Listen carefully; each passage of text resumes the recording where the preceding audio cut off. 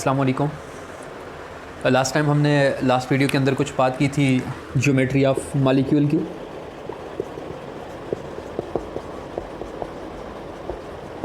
Dipole moment की application start की थी। तो डायपोल मोमेंट की पहली एप्लीकेशन थी कि ज्योमेट्री ऑफ मॉलिक्यूल को हम बता सकते हैं कि किसी भी मॉलिक्यूल की ज्योमेट्री क्या है with the help of dipole moment.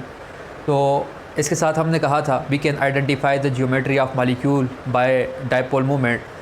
जैसे एग्जांपल हमने ली थी वाटर की एग्जांपल लेके हमने क्या कहा था, वाटर की एग्जांपल लेके हमने कहा था कि वाटर की शेप की दो पॉसिबिलिटीज़ बन रही हैं। एक शेप आपके पास है लीनियर और दूसरी शेप आपके पास बनती है बेंड। दूसरी शेप बनती है बेंड। अब इनमें से वाटर की कौन सी शेप होगी? क्या वाटर की शेप लीनियर है या क्या वाटर की शेप बेंड है? तो जब हमने इलेक्ट्रिक कंडेंसर के अंदर वाटर को रखा तो वहाँ से हमें डायपोल मोमेंट फाइंड हुई। तो इसकी डायपोल मोमेंट थी 1.84। कितनी थी डायपोल मोमेंट? 1.84 डिवाई इसकी डायपोल मोमेंट थी। अब शेप कौन सी है? क्या इसकी शेप ए है, क्या इसकी शेप बी है? तो देखते हैं। तो हमने कहा था कि वेक्टर्स की मदद से हम ये बता सकते हैं कि अगर सम ऑफ वेक्टर्स 0 आ रहा है तो वो मॉलिक्यूल नॉन पोलर होगा। ठीक है, अगर कोई मॉलिक्यूल नॉन पोलर है तो उसकी डायपोल मोमेंट 0 होती है। अगर कोई मॉलिक्यूल पोलर है तो उसकी समथिंग कुछ ना कुछ डायपोल मोमेंट होगी। अब इस केस में देखें, इस केस में हमने कहा था इसको वेक्टर से रिप्रेजेंट करें। जब वेक्टर से रिप्रेजेंट करेंगे तो हाइड्रोजन की तरफ पॉजिटिव और हेड इलेक्ट्रोनेगेटिव की तरफ। यहाँ भी इसके ऊपर भी एरो लगाया था और हमने कहा था पॉजिटिव हाइड्रोजन की तरफ और हेड जो है इलेक्ट्रोनेगेटिव की तरफ। फिर हमने कहा था अगर दो एरोस आपस में स्ट्रेट आ जाएं, आमने सामने आ जाएं, ठीक है, तो हमने कहा था इसकी डायपोल मोमेंट जो है वो है 0। डायपोल मोमेंट इसकी है 0। अगर वाटर की यूं शेप होती तो इसकी तो डायपोल मोमेंट 0 आनी चाहिए थी, लेकिन एक्सपेरिमेंट करके देखा इसकी डायपोल मोमेंट 0 नहीं है बल्कि 1.84 डिवाई है। इसका मतलब ये है कि वाटर की बी शेप नहीं है, लेकिन इसकी डायपोल मोमेंट 0 नहीं है। आप ए शेप की तरफ आएँ तो ए शेप पे अगर आप वेक्टर ड्रा करें तो पॉजिटिव से नेगेटिव और सेंट्रल मेटल एटम अगर इलेक्ट्रोनेगेटिव है तो एरो लोन पेयर की तरफ होगा। हेड जो है वो लोन पेयर की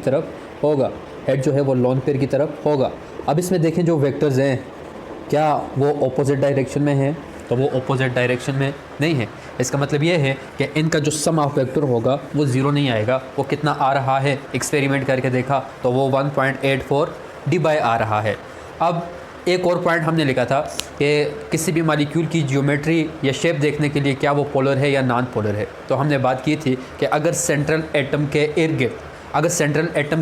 गिर्द सारे के सारे सेम टाइप ऑफ एटम मौजूद हैं और सेंट्रल एटम के पास कोई लोन पेयर मौजूद नहीं है तो वो मॉलिक्यूल नॉन पोलर होता है। If central atom is surrounded by same type of atom and central atom have no lone pair of electron, then the molecule will be non-polar। वो मॉलिक्यूल कौन सा होगा? वो नॉन पोलर होगा। आज हम पढ़ रहे हैं कुछ डायपोल मोमेंट की दूसरी एप्लीकेशन क्या है? तो दूसरी एप्लीकेशन है percentage of ionic character in covalent bond. क्या मतलब है इससे? कोई भी बॉन्ड हो, चाहे वो आयनिक बॉन्ड हो चाहे कोवलेंट बॉन्ड हो। जैसे मैं कहता हूँ कि आपके पास आयंस के दरमियान जो बॉन्ड मौजूद होता है वो आयनिक बॉन्ड कहलाता है। The bond which is form by transferring of electron from one atom to another atom, that bond is called ionic bond. या कोवलेंट बॉन्ड की एग्जांपल लें, जैसे मैं कहता हूँ HCl, इसके दरमियान ये वाला जो बॉन्ड है ये कोवलेंट बॉन्ड है। क्यों कोवलेंट बॉन्ड है? कोवलेंट बॉन्ड इस वजह से है क्योंकि ट्रांसफरिंग ऑफ इलेक्ट्रॉन हुई है। हाइड्रोजन ने अपना एक इलेक्ट्रॉन शेयर किया है और क्लोरीन ने अपना इलेक्ट्रॉन शेयर किया है। When both atom share, mutual sharing of electron is called covalent bond. यहाँ पे म्यूचुअल शेयरिंग है, दोनों एक दूसरे के साथ शेयर करते हैं, इस वजह से इस बॉन्ड को कहा जाता है कोवलेंट बॉन्ड। लेकिन कोई भी आयनिक बॉन्ड हो वो कम्प्लीटली आयनिक बॉन्ड नहीं होता। नहीं होता। इसके अंदर, इस आयनिक बॉन्ड के अंदर कुछ कैरेक्टर कोवलेंट बॉन्ड के होते हैं। कैसे होते हैं, तो इसको पढ़ा जाता है फजान रूल से, फजान रूल से। इसकी बात हमने यहाँ पे नहीं करनी, इसकी बात यहाँ पे नहीं करनी। हम पढ़ रहे हैं कि percentage of ionic character in covalent bond. अब जिस तरह HCl है तो HCl के दरमियान ये वाला बॉन्ड कोवलेंट बॉन्ड है, लेकिन ये वाला जो कोवलेंट बॉन्ड है ये 100% कोवलेंट नहीं है। इसके अंदर कुछ कैरेक्टर आयनिक बॉन्ड का भी होता है, इसके अंदर कुछ कैरेक्टर जो होगा वो आयनिक बॉन्ड का होगा। अब आयनिक बॉन्ड का कितना कैरेक्टर होगा वो हम निकालते हैं परसेंटेज, वो हम निकालते हैं डायपोल मोमेंट की मदद से निकालते हैं।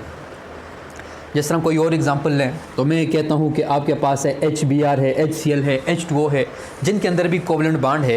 ये वाला जो बॉन्ड है, ये वाला या ये वाला जो बॉन्ड है ये प्योर कोवलेंट बॉन्ड नहीं है, इसके अंदर कुछ परसेंटेज जो है वो आयनिक कैरेक्टर की भी है।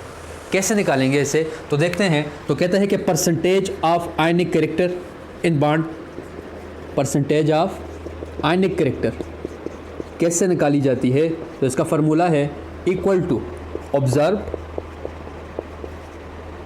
Dipole moment divided by ionic dipole moment, mu से डिनोट कर रहा हूँ, ठीक है, मल्टीप्लाई बाय 100।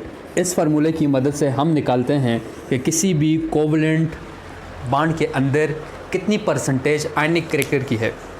कैसे निकालते हैं, तो कोई एक न्यूमेरिकल करके देख लेते हैं, वरना कोई एक न्यूमेरिकल करके देख देते हैं। जैसे कहा जाए तो न्यूमेरिकल दिया जाए तो न्यूमेरिकल में दो चीज़ें गिवन होंगी, एक आपको ऑब्जर्व्ड डायपोल मोमेंट गिवन होगी और दूसरा आपको ये गिवन होगा कि दो एटम के दरमियान डिस्टेंस कितना है। अगर पता चल जाए दो एटम के दरमियान डिस्टेंस कितना है, ऑब्जर्व डायपोल मोमेंट कितनी है, तो हम फाइंड कर सकते हैं कि परसेंटेज ऑफ आयनिक कैरेक्टर कितना है। ये जो वैल्यूज़ होंगी वो आपको ऑलरेडी गिवन होगी, क्योंकि वो एक्सपेरिमेंट से इलेक्ट्रिक कंडेंसर से डायपोल मोमेंट जो निकाली जाती है उस डायपोल मोमेंट को कहा जाता है वो ऑब्जर्व डायपोल मोमेंट है।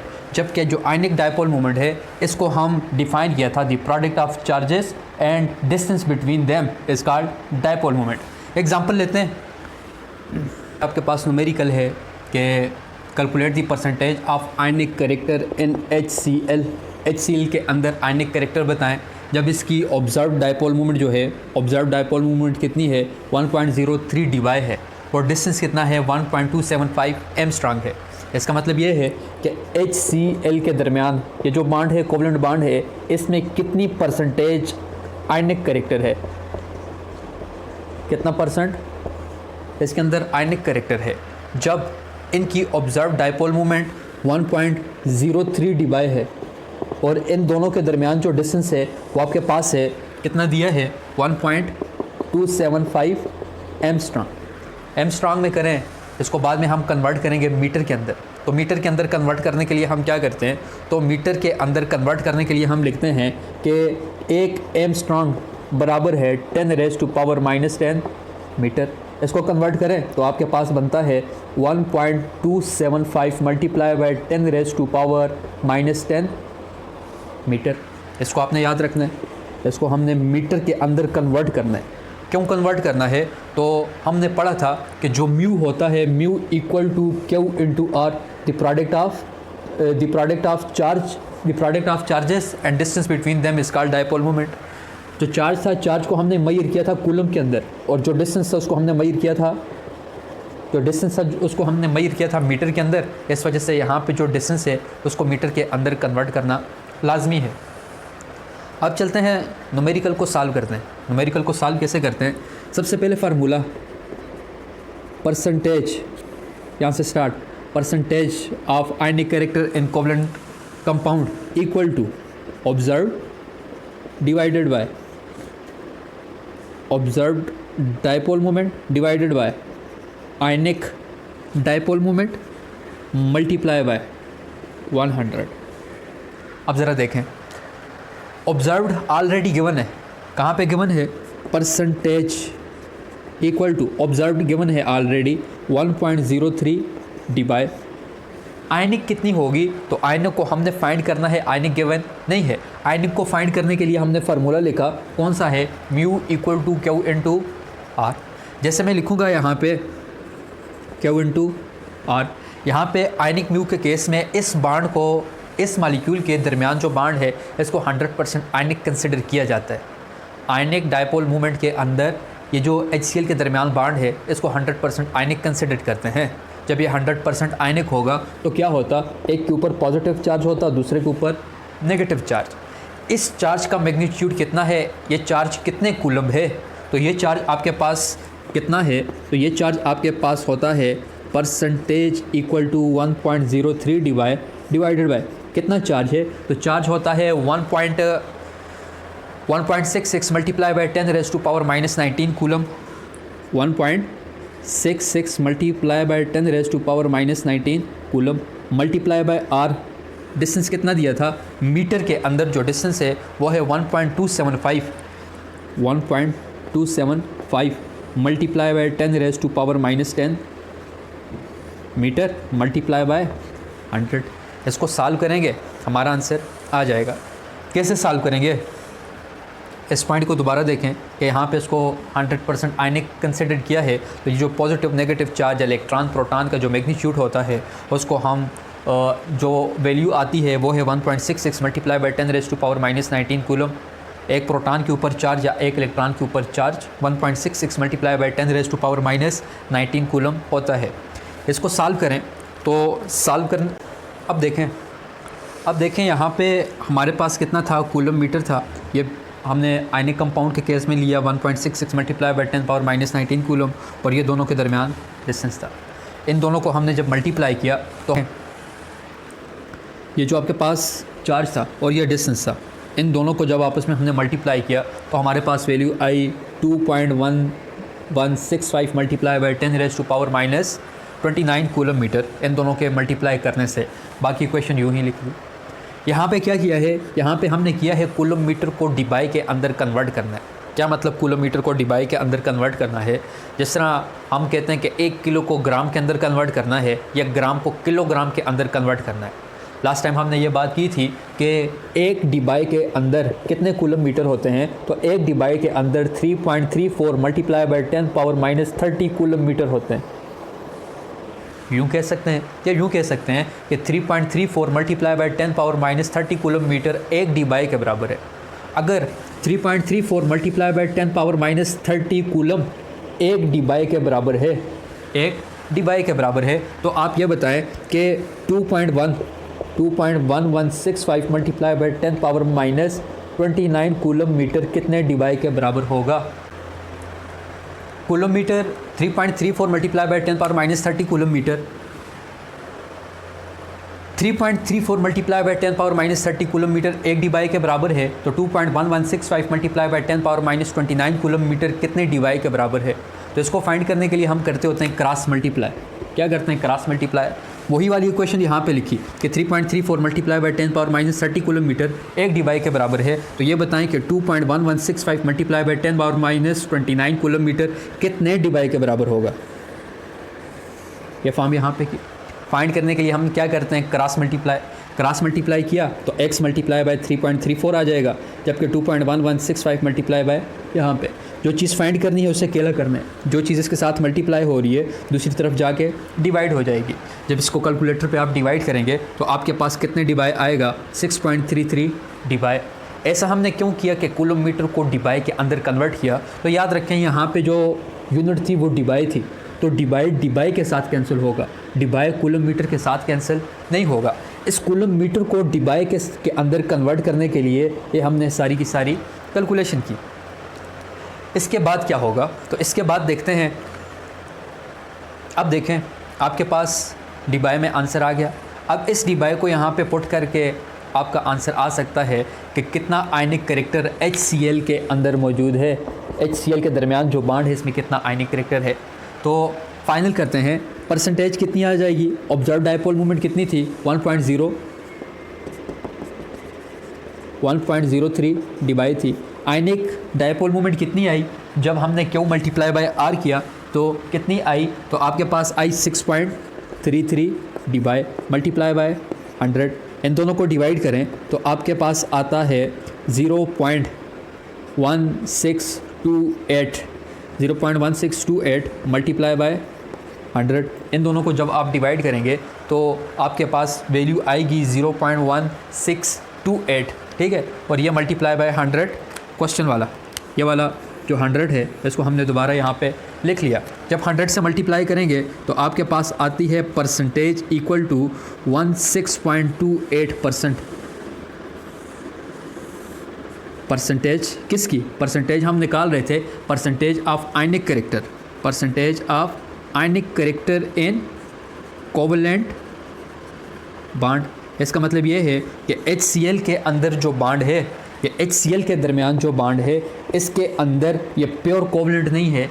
कितना आयनिक है? तो इसके अंदर ये जो आयनिक परसेंटेज है, आयनिक करेक्टर है 16.28%। अब कोवलेंट करेक्टर कितना होगा? तो टोटल 100% में से माइनस कर दें 16.28, कितना आता है? 83.72%। ये क्या चीज़ है? Covalent character. तो आयनिक करेक्टर, कोवलेंट करेक्टर कितना हुआ? आपके पास हुआ 83.72%। आपने यहाँ तक यही बताना था कि डायपोल मोमेंट की मदद से हम ये बता सकते हैं किसी भी कोवलेंट बॉन्ड के अंदर कितना आयनिक करेक्टर मौजूद होता है अगर ऑब्जर्व डायपोल मोमेंट और डिस्टेंस गिवन हो। Observe dipole moment electric condenser की मदद से आएगा, जबकि जो डिस्टेंस है वो इलेक्ट्रॉन डायफ्रैक्शनल एनालिसिस या एक्स-रे डायफ्रैक्शनल एनालिसिस की मदद से हम फाइंड कर लेंगे। तो ये इसके अंदर जो कोवलेंट करेक्टर है वो 83.72% है और आयनिक करेक्टर 16.28% है। इसको समराइज़ करें। Second and last application of dipole moment, that is how to calculate the percentage of ionic character in covalent bond, के कोवलेंट बॉन्ड के अंदर आयनिक करेक्टर कितना होता है। तो मैंने कहा कोई भी बॉन्ड जो है वो 100% कोवलेंट नहीं होता, कोई भी बॉन्ड 100% आयनिक नहीं होता। आयनिक बॉन्ड के अंदर भी कोवलेंट करेक्टर होता है, जो फजान रूल बताता है वो नेक्स्ट क्लासेस में आप पढ़ेंगे। जबकि जो कोवलेंट करेक्टर है उसके अंदर आयनिक करेक्टर कितना है उसे फाइंड किया जाता है डायपोल मोमेंट से। कैसे फाइंड किया जाता है? तो इसका फार्मूला है percentage of ionic character in covalent bond equal to observed dipole moment divided by ionic dipole moment. मैंने कहा कि ऑब्जर्व्ड जो होगी वो हमेशा गिवन होगी, ऑब्जर्व्ड जो होगी वो हमेशा गिवन होगी। कहाँ पे गिवन है? तो यहाँ क्वेश्चन में ये ऑलरेडी गिवन है। जो आयनिक होगी इसको हम फाइंड करेंगे फार्मूले से, जो हमने लास्ट टाइम बताया था, the product of charges and distance between them is called dipole moment. फिर क्यू से क्या मुराद है? क्यू से मुराद है चार्ज।